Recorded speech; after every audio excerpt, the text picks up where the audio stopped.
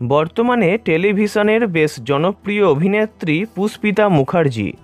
বিভিন্ন ধারাবাহিকে মা, কাকিমা এই জাতীয় ভূমিকায় তাকে দেখা যায়।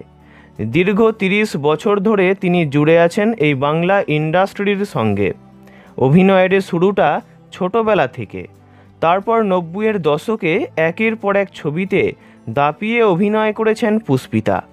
চলচ্চিত্র, ধারাবাহিক ছাড়াও কাজ করেছেন বিভিন্ন টিভি বিজ্ঞাপন, এমনকি রেডিও নাটকেও। রেডিও নাটক দিয়েই তাঁর কর্মজীবনের শুরু বলা যায়। সেখান থেকেই দূরদর্শনের ছুটি ছুটি নামক একটি অনুষ্ঠানে সঞ্চালিকার কাজ পান।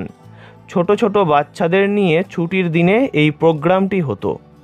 টিভিতে কাজ করতে করতেই ধারাবাহিকেও কাজের প্রস্তাব পান।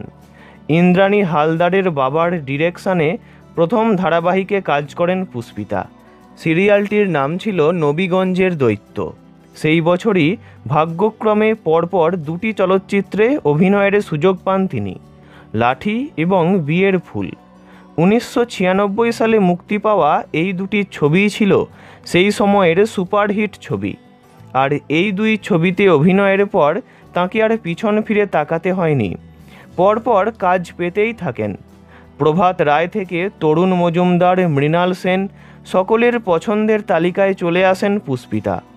নবাগতা পুষ্পিতাকে আপন করে নেয় বাংলা ছবির জগৎ।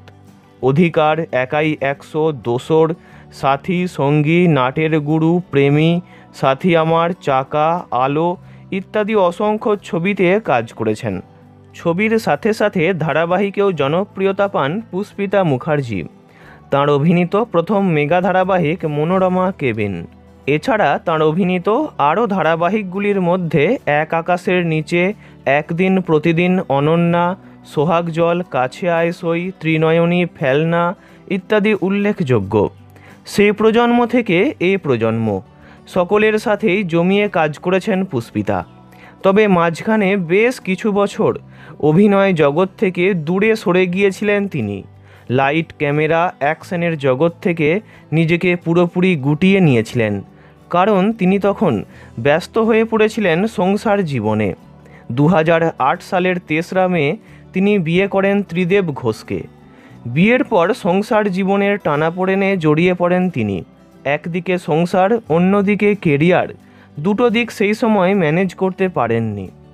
পুষ্পিতা ত্রিদেবের একটি পুত্র সন্তানও আছে। ছেলেকে ভালো করে মানুষ করতেই কাজের জগৎ থেকে সরে এসেছিলেন তিনি। আর তাই ছেলে একটু বড় হতেই আবারও অভিনয় জগতে ফিরে এসেছেন পুষ্পিতা। তবে তার একটাই দুঃখ, ছেলে মনের মতো হয়নি। স্বামী ত্রিদেব ঘোষ কর্মসূত্রে দিল্লিতে থাকেন, আর অভিনেত্রী ব্যস্ত থাকেন কাজ নিয়ে, তাই ছেলেকে ঠিকমতো সময় দিয়ে উঠতে পারেন না। আর এতেই টিভি দেখার নেশা থেকে মোবাইল ফোন সবই ঘিরে ধরেছে তাঁর ছোট্ট ছেলেকে। লেখাপড়া করতে একদমই চায় না সে। ছেলেকে নিয়ে খুবই দুশ্চিন্তায় থাকেন অভিনেত্রী। কাজের জগৎ সাথে সংসার, এখন দুটো দিকই যতটা পারছেন সামলে চলছেন তিনি। ভিডিওটি ভালো লাগলে লাইক করবেন, অন্য কারোর বিষয়ে জানতে কমেন্ট করবেন, আর এমনই সব ভিডিও পেতে চ্যানেলটি অবশ্যই সাবস্ক্রাইব করবেন। ধন্যবাদ।